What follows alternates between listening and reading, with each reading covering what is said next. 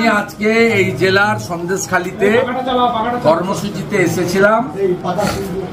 আমি সেই কর্মসূচিতে আসার পরে আমাকে এখানকার মাননীয় জেলা সভাপতি কর্মীদের সঙ্গে মিলিত হওয়ার আমন্ত্রণ করেছিলেন এবং মাননীয় বিধায়ক আমার সহকর্মী বিধানসভার অত্যন্ত ডেডিকেটেড একজন মোদিজির পরিবারের সদস্য মান্যবর সুব্রত ঠাকুর মহোদয়, যিনি মতুয়া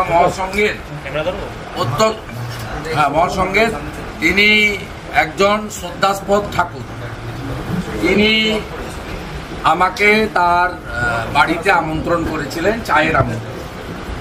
আমি ওনার বাবা মাকে প্রণাম জানিয়ে ওনার বাড়িতে অনেকক্ষণ সময় ব্যয় করেছি। পরবর্তীকালে আমাদের প্রার্থী, এখন উনি মন্ত্রীও নন, এখন প্রার্থী, বেশি ভোটে জেতাতে হবে, সেই জন্য ওনার সঙ্গেও আমাদের বিধায়ক অম্বিকা রায় এবং জেলার অন্যান্য নেতাদের নিয়ে সভাপতি সহ আমরা কথা বলেছি এবং আমরা একসঙ্গে এখানে লড়ব। এবং আজকে আরো খুশির খবর, ভারতীয় জনতা পার্টির কর্মীদের এবং ভোটারদেরকে যিনি মিথ্যা কথা বলে টুপি পরিয়ে এমএলএ হয়েছিলেন, তাকে আজকে তৃণমূল কংগ্রেসের পক্ষ থেকে এই কেন্দ্রে প্রার্থী ঘোষণা করা হয়েছে। আমরা এই কারণে, বিরোধী দলনেতা এই কারণে খুশি যে আজকের পরে সম্ভবত মাননীয় স্পিকার সম্মানীয় বিমান বন্দ্যোপাধ্যায় তাকে আর বিধানসভার ভিতরে বিজেপির এমএলএ বলে বলতে পারবেন না। এবং মুকুটমণির যেভাবে জাল আর গামছা দুটো গেছে, মানে বিধায়ক পদ থেকে পদত্যাগ করতে হবে, আবার এমপি ভোটেও হারবে, ঠিক একইভাবে বিশ্বজিৎ দাসকেও এমএলএ সিট থেকে রেজিগনেশন দিয়ে নমিনেশন করতে হবে অ্যাজ পার দ্য অ্যাক্ট। তাই আমরা বাগদা থেকে ভবিষ্যতে ভারতীয় জনতা পার্টির একজন স্বাচ্ছা রাষ্ট্রবাদী দেশপ্রেমিক এবং ঠাকুর হরিচাঁদ ঠাকুর গুরুচাঁদ ঠাকুরের আদর্শে বিশ্বাসী একজন মোদি ভক্তকে আমরা এখান থেকে ভবিষ্যতে এমএলএ করতে পারবো। এটাও আজকে আমাদের ঠাকুরনগরে এসে আমরা এই খুশির খবরটা পেয়েছি, এতেও আমরা খুব আনন্দিত। এবারে আপনাদের যদি কোনো প্রশ্ন থাকে করুন, সে প্রশ্নের উত্তর দেওয়ার আমি চেষ্টা করবো। সুব্রত ঠাকুরকে নিয়ে বেশ কিছু জল্পনা সামনে আসছিল, বিজেপি প্রার্থী তালিকা সামনে। সুব্রত ঠাকুর কি তার সোশ্যাল মিডিয়া হ্যান্ডেলে বা প্রেস বাইট দিয়ে কোথাও বলেছে?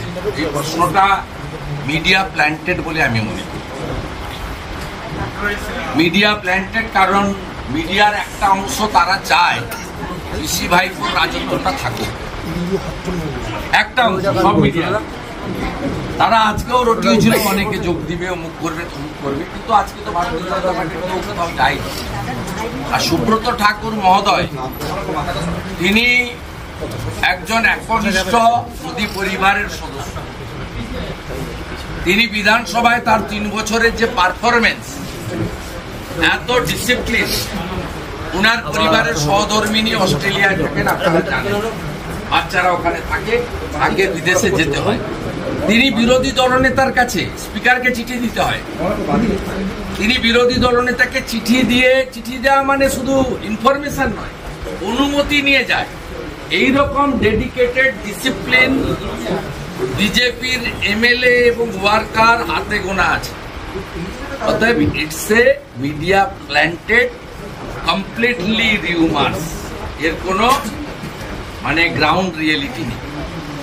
11 জন বিধায়ক তৃণমূল কংগ্রেস প্রার্থী করলো, 11 জন, তার মধ্যে আপনাদের দলেরও আছে।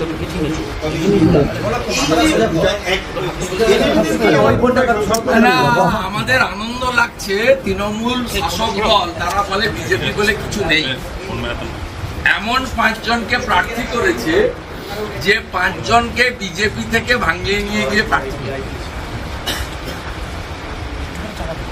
বিজেপি থেকে ভাঙিয়ে নিয়ে গিয়ে প্রার্থী করতে হচ্ছে। আর যে তৃণমূল বলে, আজকেও বলেছে গুজরাটিদের তাড়িয়ে দাও, তা গুজরাটিরা কি ভারতীয় নয়? যেভাবে আজকে গুজরাটিদের আক্রমণ করা হয়েছে, তাহলে তো মহাত্মা গান্ধী আর সর্দার বল্লভভাই প্যাটেলকেও তাড়িয়ে দিতে হবে।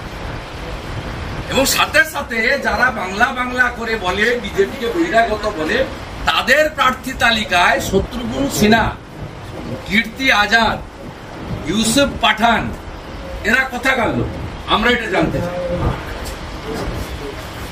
পবন সিং ভোজপুরি সিঙ্গার, তার গান, তার সিরিয়াল বা এসব নিয়ে আমি কোনো মন্তব্য করবো, তার শিল্পী সত্তা আছে, আমরা সব জিনিসের সঙ্গে একমত হই।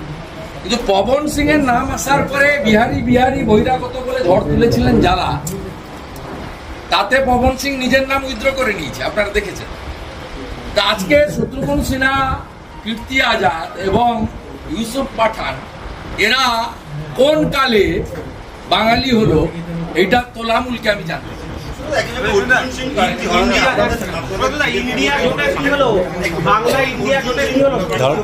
অর্জুন সিংকে ওরা কোনোদিনই বিশ্বাস করে না, আমরা জানি।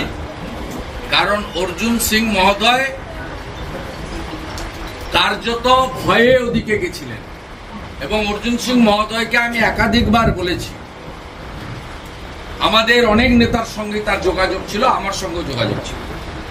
আমি বলেছি যে আপনি ভুল জায়গায় গেছেন, খুব বেশি হলে জেল খাটাতেন।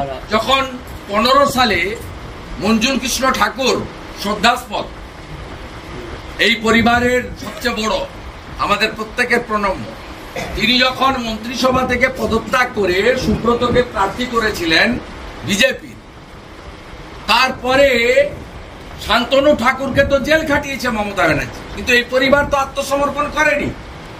আমার বিরুদ্ধে 42টা কেস দিয়েছেন, আমি হাইকোর্ট সুপ্রিম কোর্ট থেকে প্রোটেকশন নিয়ে ঘুরে বেড়াচ্ছি। আমার প্রোটেকশন না থাকলে 2 মাস 4 মাস জেল খাটাতেন, তাতে আপত্তি। অর্জুন সিং মহোদয়কে আমরা বুঝিয়েছিলাম, কিন্তু তাকে কার্যত ভয় এবং চাপে গেছিল। তিনি তার সময়কালে তিনি কি করবেন আমি জানি না, আমাদের রাষ্ট্রীয় নেতারা কি করবেন আমি জানি না, না আমি বলতে পারবো, I am not the authority. আমি অর্জুন সিং এর ব্যাপারে যেটা বলবো, তিনি এই 2 বছর যে গেছিলেন ব্যারাকপুর এলাকার বিজেপি কর্মীদেরকে কোথাও উত্তপ্ত বা আক্রমণ করেননি। এক, তার যৌথ পরিবারে থাকা পুত্র পবন সিং, তিনি কমপ্লিটলি বিজেপির সঙ্গে থেকে কাজ করেছেন। কখনো তার বাবা তার ছেলেকে প্রেসার করেনি যে তুমি বিজেপি ছাড়ো, তার নিজস্ব চিন্তার করে ছেড়ে দিয়েছিল।